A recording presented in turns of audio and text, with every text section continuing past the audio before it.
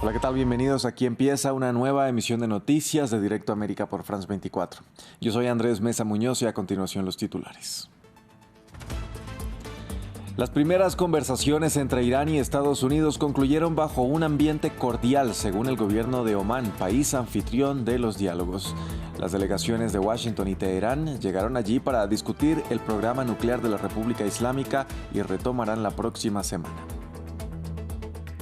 El ejército de Israel dijo haber completado un cerco en la ciudad de Rafah, en la Franja de Gaza, convirtiéndola en lo que ellos llaman una zona de seguridad israelí después de haber forzado la evacuación de cientos de miles de palestinos.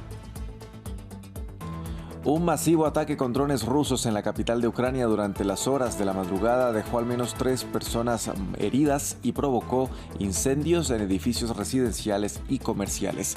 La Fuerza Aérea Ucraniana dijo haber derribado 56 de estos artefactos.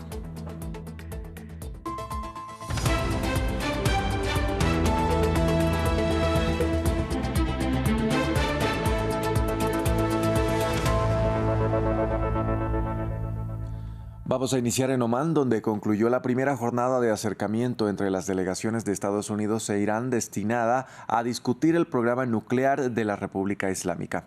De acuerdo con el ministro de Asuntos Exteriores del país anfitrión, dicho encuentro se desarrolló bajo un ambiente cordial. Las conversaciones continuarán la próxima semana, de acuerdo con fuentes iraníes. Diego Bassani con los detalles.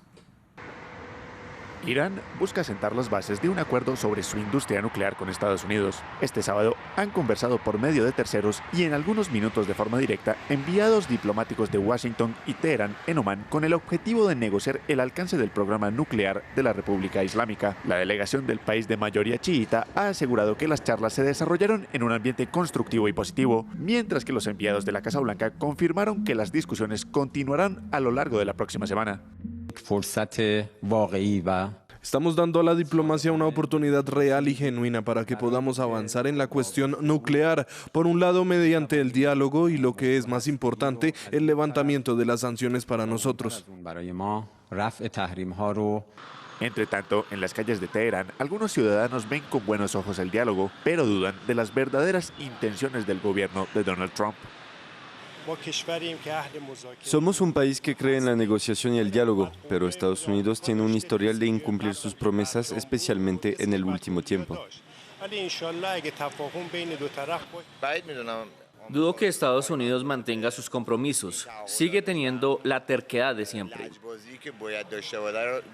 Estados Unidos e Irán no tienen relaciones diplomáticas desde hace 45 años. Estas son las primeras conversaciones entre los dos países desde 2018. La Casa Blanca ha amenazado con llevar una ofensiva militar a gran escala contra la República Islámica si no revisa su programa nuclear. Washington teme que Teherán logre desarrollar armas nucleares para amenazar y eventualmente atacar a sus aliados en la región. Vamos ahora a la Franja de Gaza. El ejército de Israel dice haber completado un cerco en la ciudad de Rafah, en el extremo sur del enclave, y lo hizo poniendo en funcionamiento lo que llama el corredor Morgan para aislar la urbe del resto del territorio gazatí. Rafah ahora entraría a formar parte de lo que Tel Aviv llama una zona de seguridad después de haber forzado el desplazamiento de miles de palestinos, y desde allí dicen seguirán combatiendo a Hamas. En las últimas 24 horas, las tropas han completado la apertura de la ruta Moraj, que corta la parte meridional de la Franja de Gaza entre Rafah y Han Yunis. Pasamos a la guerra en Ucrania. Al menos 3 personas heridas dejó anoche un ataque ruso con drones en Kiev que dañó edificios residenciales y comerciales. Las autoridades municipales informaron que las estructuras estaban en llamas después de la ofensiva de 88 drones rusos, de los cuales 56 fueron derribados, según reportaron las defensas aéreas ucranianas, que añadieron que otros 24 se perdieron después de que fueran redirigidos con herramientas electrónicas. Y mientras tanto, en territorio ruso seguían los esfuerzos diplomáticos de Estados Unidos para intentar lograr avances de una tregua entre Rusia y Ucrania, esta vez entre el enviado especial de la Casa Blanca y el presidente Vladimir Putin. Nuestra periodista Emanuel Shaz tiene el resumen de dicho encuentro. El enviado especial de Estados Unidos, Steve Witkoff, le dijo al presidente Donald Trump que dar a Moscú la propiedad de 4 regiones ucranianas ocupadas sería la forma más rápida de lograr un alto el fuego en Ucrania. Esto se produce tras declaraciones similares que implican que los ucranianos que viven bajo ocupación rusa lo hacen voluntariamente, ignorando la represión a la que están sometidos si no cumplen con las políticas impuestas por el ocupante ilegal. Ucrania ha dejado claro en varias ocasiones que nunca reconocerá los territorios ocupados como rusos y que seguirá considerando como ucranianos a los 6 millones de personas que siguen viviendo bajo ocupación. Como respuesta indirecta a las declaraciones de Witkoff, el presidente Zelensky se dirigió a los participantes de la reunión de Ramstein desde Kryvyi pidiendo más defensa aérea y una solución política que sea aceptable para Ucrania, mientras que el Ministerio de Asuntos Exteriores de Ucrania recordó los continuos ataques contra civiles ucranianos. En marzo, Ucrania había aceptado una propuesta estadounidense para un alto el fuego total de 30 días, pero un mes después Rusia continúa atacando a Ucrania cada día. Desde las conversaciones en Yeda, Rusia lanzó 70 misiles, 2.200 drones y 6.000 bombas aéreas guiadas contra Ucrania. Y la noche pasada en Kiev 3 personas resultaron heridas en dichos ataques. Desde el foro diplomático de Antalya en Turquía, el ministro de Asuntos Exteriores de Rusia, Sergei Lavrov, lanzó elogios hacia el presidente estadounidense Donald Trump por, según él, haber comprendido mejor la guerra en Ucrania, incluso mejor que cualquier líder occidental. When we speak about eliminating root causes of any conflict, Cuando hablamos de eliminar las causas profundas de cualquier conflicto, incluido el conflicto ucraniano, esta es la única manera de resolver el problema y establecer una paz duradera, eliminar las causas profundas. root causes. President Trump was the first and so far, I think, El presidente Trump fue el primero y hasta ahora creo que casi el único entre los líderes occidentales que declaró repetidamente y con convicción que era un grave error incorporar a Ucrania a la OTAN. Y esta es una de las causas profundas que hemos citado tantas veces. pull Ukraine into NATO. And this is one of the root causes which we quoted so many times.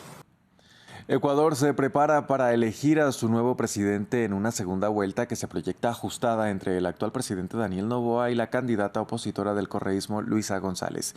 Desde Quito, nuestro corresponsal Gustavo Ortega nos informaba cómo llega el país a estos comicios de mañana.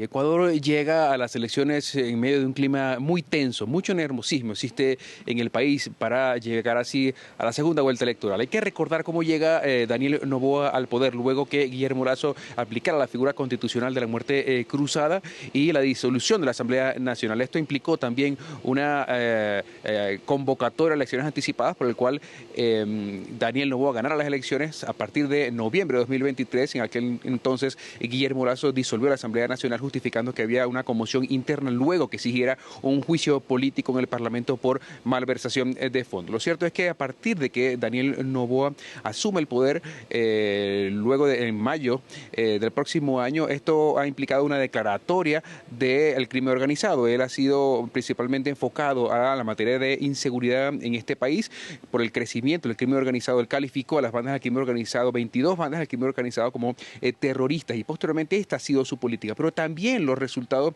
de esta política de seguridad le ha sido cuestionada. Daniel Noboa también ha vivido varios conflictos diplomáticos, varias crisis en el país en materia de energía, de igual forma también el incremento de la inseguridad, lo que le ha generado que también esta popularidad por el cual inició su gobierno ha venido poco a poco disminuyéndose. ¿Qué es lo que sucede? Ahora Daniel Noboa se enfrenta en segunda vuelta a Luisa González. Recordemos que Daniel Noboa está terminando este periodo de Guillermo Lasso que resultaría de 2 años, 2 de 4 años que Guillermo Lasso no finalizó. Ahora finalmente Daniel Noboa va a una segunda vuelta con la candidata finalista de la revolución, Luisa González. Daniel Noboa es un empresario ecuatoriano estadounidense, de igual forma también fue parlamentario durante muy poco tiempo y de igual forma ahora enfrenta a Luisa González, que es una abogada izquierdista afín a la Revolución Ciudadana. Llegan así en lo que será unas elecciones muy ajustadas en este país.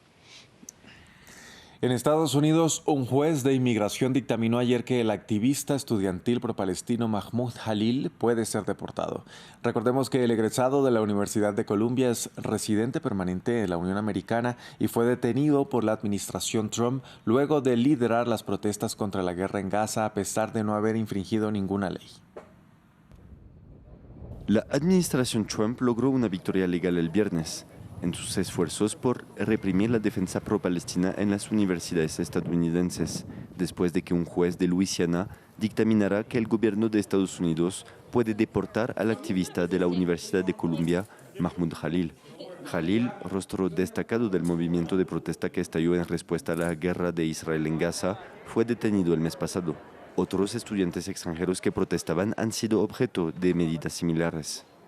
El Departamento de Seguridad Nacional pretende deportar a Jalil porque el secretario de Estado estadounidense Marco Rubio ha declarado que su presencia en el país propicia el antisemitismo, pese a que Jalil no ha sido acusado de ningún delito.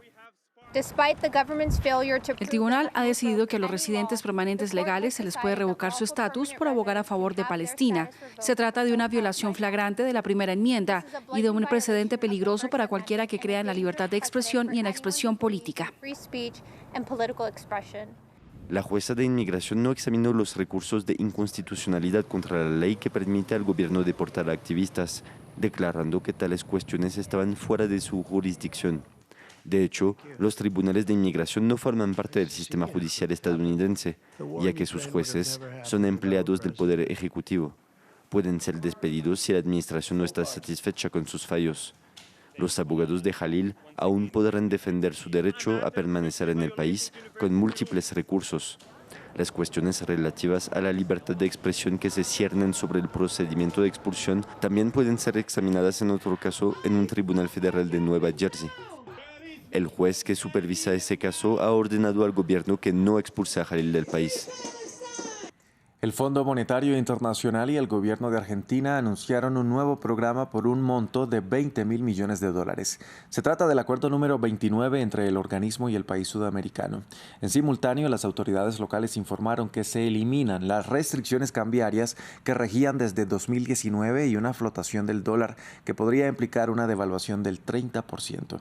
Todo esto en el día en que la inflación se volvió a acelerar con un 3,7% intermensual en marzo. Desde el lunes, el dólar en Argentina no tendrá el llamado cepo cambiario. Con ello, las personas naturales podrán volver a comprar dólares en el mercado oficial sin restricciones y sin pagar el recargo del 30%. Hace unas horas, el Ministerio de Economía de la Nación y el Banco Central de la República Argentina han terminado de romper el último eslabón de la cadena que mantenía nuestra economía nacional atada al piso hacía ya 15 años. Desde este momento, eliminamos el cepo cambiario de la economía argentina para siempre. Es uno de los anuncios del gobierno de Javier Milei que también incluyeron que el cambio oficial estará entre los 1.000 y los 1.400 pesos, con una actualización mensual del 1% y se eliminará el llamado dólar blend para exportadores. Todo esto como parte de los requisitos del Fondo Monetario Internacional para entregar el préstamo de $20.000 millones financiado a 48 meses, con un desembolso inicial de $12.000 millones.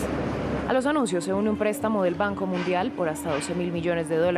Esta recapitalización del Banco Central lo que implica es, esencialmente para la gente es tener una moneda más sana, tener una moneda sana y continuar y acelerar el proceso de desinflación. Eso es lo que nos va a permitir esencialmente este nuevo acuerdo.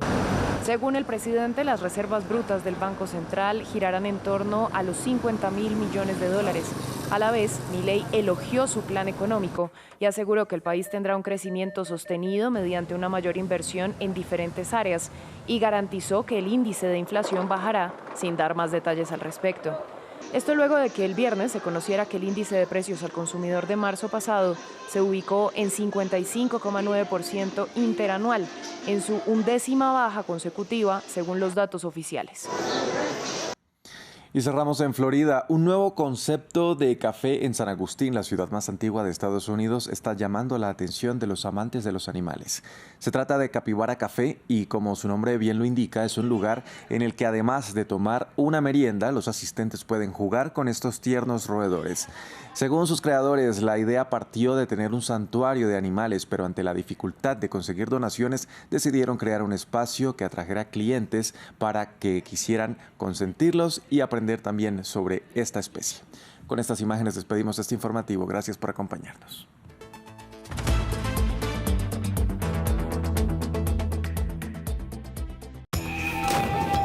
Guerras, desastres naturales, crisis devastadoras. Volvemos a los lugares que fueron noticia y visitamos a los que han reconstruido sus vidas. ¿Qué pasa con las comunidades afectadas tiempo después? Acompáñenme en boleto de vuelta por France 24 y France24.com.